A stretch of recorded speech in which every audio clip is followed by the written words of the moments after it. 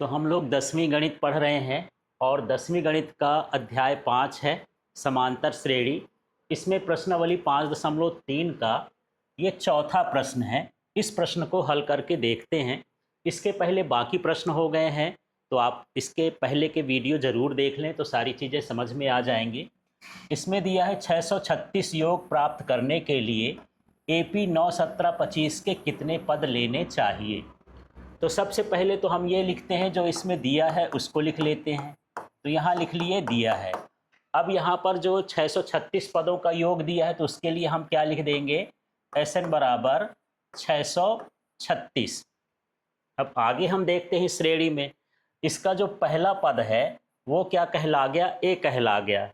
यहाँ पर पहला पद A से दर्शाते हैं, लेकिन इसका मान कितना हो गया, 9 हो गया। इसके बाद यहाँ पर हम D निकालेंगे, तो D निकालने के लिए बाद का पद हम पहले से क्या करते हैं, घटा देते हैं, है ना। इसमें बाद का पद क्या है बोलिए तो 17। 17 में से 9 घटाएंगे कितना हो जाएगा, 8 हो जाएगा। इस तरह से आ गया। अब यहाँ पर हमको SN दिया है, A दिया है, D दिया है और ज्ञात करना है N माने कितने पद हैं, है ना। तो इसके लिए जो सूत्र होता है योग वाला, उस सूत्र का इस्तेमाल करेंगे। तो सूत्र क्या होता है, SN बराबर क्या, N/2 और क्या 2A प्लस N-1 और क्या हो गया D। इस तरह से ये फार्मूला हो गया, ठीक है। अब यहाँ पर वैल्यू पुट कर देते हैं। SN को SN ही रख, SN का मान रख देते हैं। क्या है SN का मान, है ना, ये है 636, तो ये रख दिए। बराबर ये N/2 है तो N/2 रख देना है। इसके बाद यहाँ पर देखिए 2 है तो 2 रख दिए। A का मान देख लो यहाँ पर कितना है, 9, तो 9 रख दिए। प्लस यहाँ N-1 है तो N का तो पता नहीं, तो N-1 ही रख देते हैं। इसका D का मान देखिए यहाँ पर कितना है, 8, तो केवल 8 रखना है, ठीक है। तो सूत्र पता हो और इनका मान तो वैसे ही पता है, तो आसानी से सवाल कर सकते हैं। अब इनको हला करना है, तो इस 2 को इधर जाने दो क्या, तो क्या हो जाएगा, ये 2 छक्का 12 हो जाएगा। 2 तिहाई 6 1 7 और 2 छक्का 12, ठीक है। अब यहाँ पर ये N भर बचेगा, 2 को तो इधर भेज दिए हैं। वैसे 2 इधर से भी, ये 2 और 8 कट जाता तो ऐसा भी कर सकते थे, हो गया, बाद में काट लेंगे। अब ये कितना हो जाएगा, 18 प्लस 8 का गुणा इसमें करेंगे आप, इसमें, तो क्या हो जाएगा 8N। फिर -1 से करेंगे तो क्या हो जाएगा, -8। इतना ठीक है।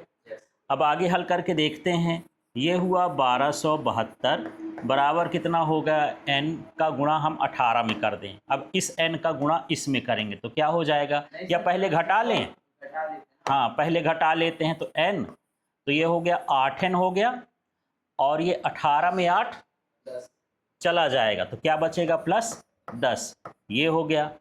इसके बाद इसको और हल करते हैं, तो 1272 बराबर, अब गुणा कर लें क्या, तो ये क्या हो जाएगा 8N² और फिर इसके साथ भी होगा तो प्लस क्या हो गया 10N, ठीक है। अब इसका पक्षांतर कर लेते हैं, तो 8N² प्लस क्या हो गया 10N और कितना हो जाएगा -1272 बराबर कितना हो गया 0, ठीक है।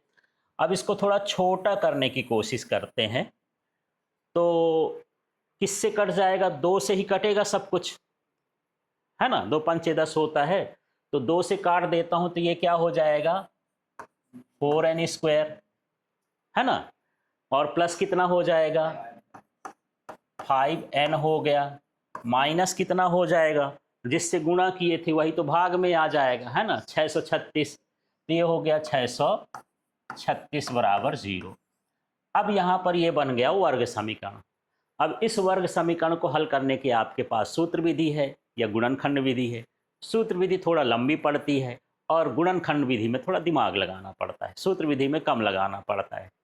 तो मुझे ये बताओ कि ये बीच का पद घटेगा कि जुड़ेगा, हाँ अंतिम का पद का चिन्ह देखना होता है। यहाँ पर माइनस है तो माइनस का मतलब ये हो गया कि बीच में ऐसी संख्या, 2 संख्या सोचना है कि वो घटाने के बाद 5N आए, गुणा करने के बाद ये आए। तो अब पहले तो आप इसको 4 का 636 में गुणा कर लोगे, है ना। तो देखिए इसका तरीका, अब इसको ढूंढते हैं। तो 636 गुणे हो गया 4, तो 4 छंग 24 हो गया, और 4 तिहाई 12 2 14 हो गया, और 4 छंग 24 एक हो गया 2544। ठीक है, अब इस 2544 का आप गुणनखंड करेंगे, मैं अलग से लिख देता हूँ। इसको काटेंगे पहले, है ना। तरीका ये है कि इनका गुणनखंड करके देखें, फिर जोड़ा बना के देखते हैं कौन सी संख्या ऐसी आती है जो घटाने पर 5 दे।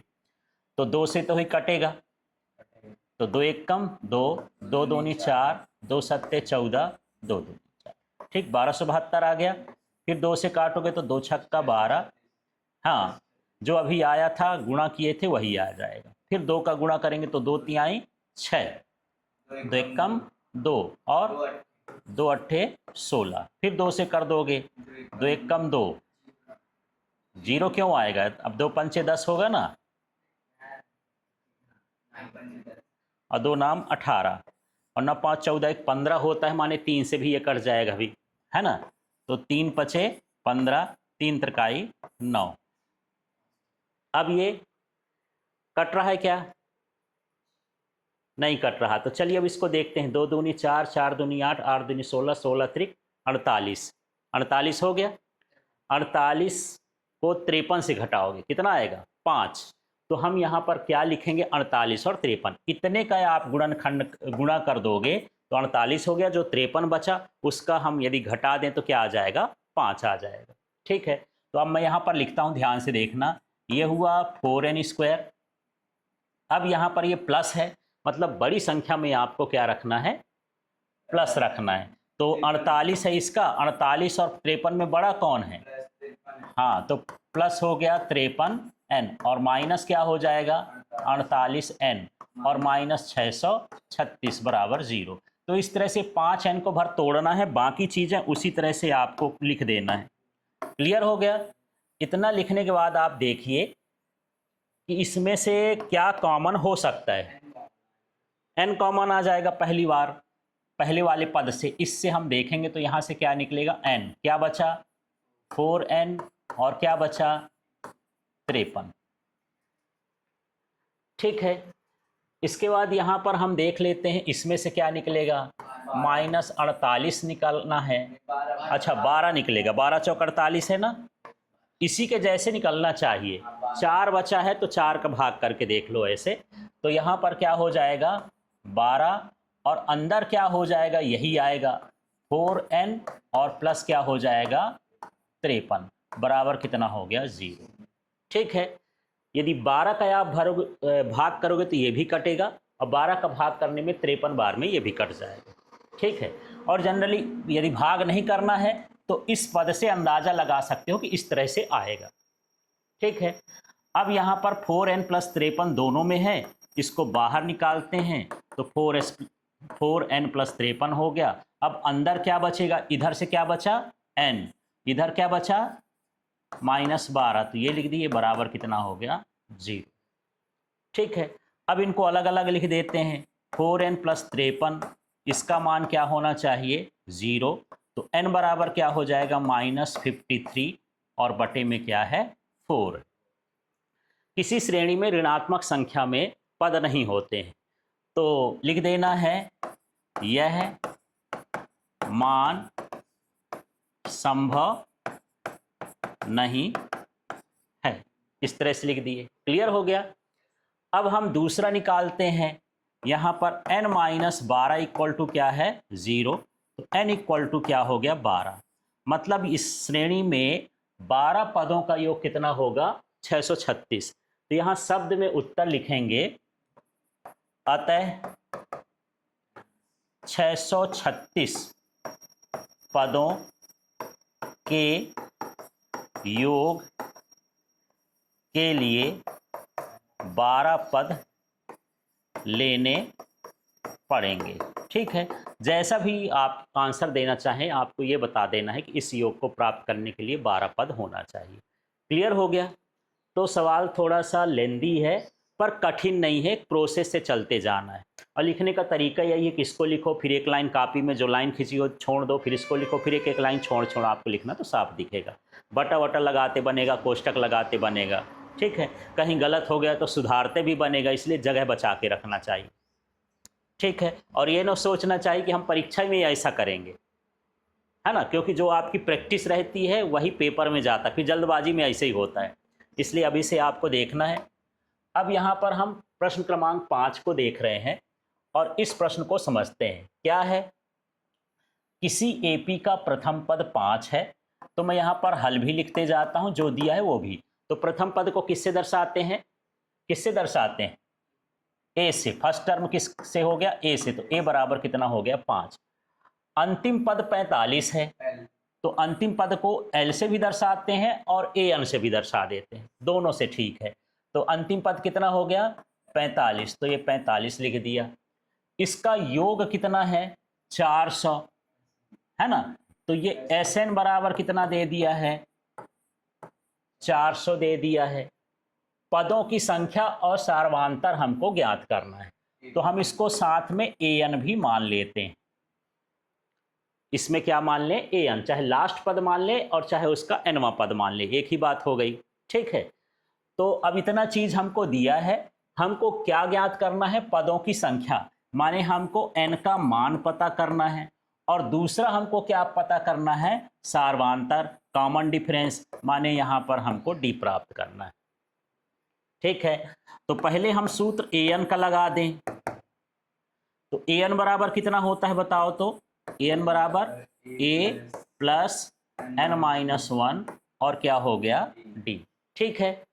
मान रख देते हैं, आपको ए का मान पता है और डी का मान पता है, ए एन का मान पता है, ठीक है।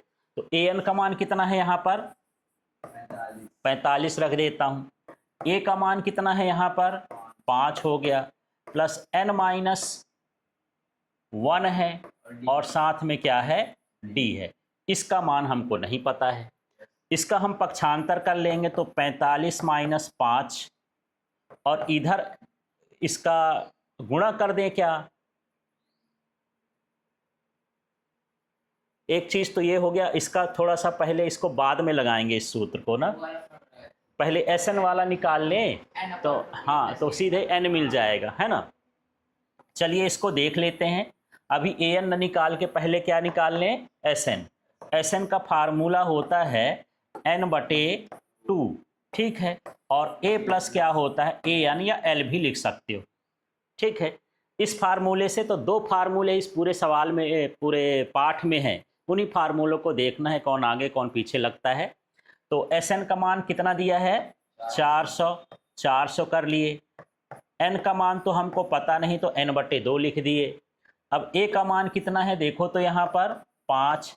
ए एन का मान कितना है देख लो, तो ये कितना हो गया 45, तो ये हो गया 400 बटे ये हो गया एन बटे 2 और गुणे क्या हो गया 50, ठीक है। आगे यहाँ पर हल कर लेते हैं, तो ये हो गया 400 और ये हो जाएगा कितना 25 एन हो गया, है ना। भाग करोगे इसको काटोगे तो यहाँ 25 आएगा, 25 को पहले लिखते हैं, एन को बाद में लिखेंगे, 25 एन हो गया। एन बराबर कितना हो जाएगा 400 बटे कितना हो गया 25। अब यहाँ पर कितनी बार में चला जाएगा 16 बार में जाएगा, हाँ। तो यहाँ पर ये हो गया 25 एक कम 25 और 150, तो एन बराबर कितना हो गया 16 हो गया। मान लो जैसे आपने पहले ए एन ही निकाल दिया था, तो उतना निकाल के उसको समीकरण 1 भी दे सकते थे। यदि मान लो आप ऐसा निकाल देते हो कि पहले ए एन निकाल दिए, अब उसमें आपको एन और डी का मान पता नहीं था, तो वहाँ तक निकाल के एक नंबर डाल देते, फिर जो एन का मान आता तो उसमें लिख देते समीकरण 1 में रखने पर, यदि ऐसा हो जाता है तो, ठीक है। अब यहाँ एन का मान आपको पता हो गया, लेकिन हमको क्या निकालना है अभी, डी भी निकालना है।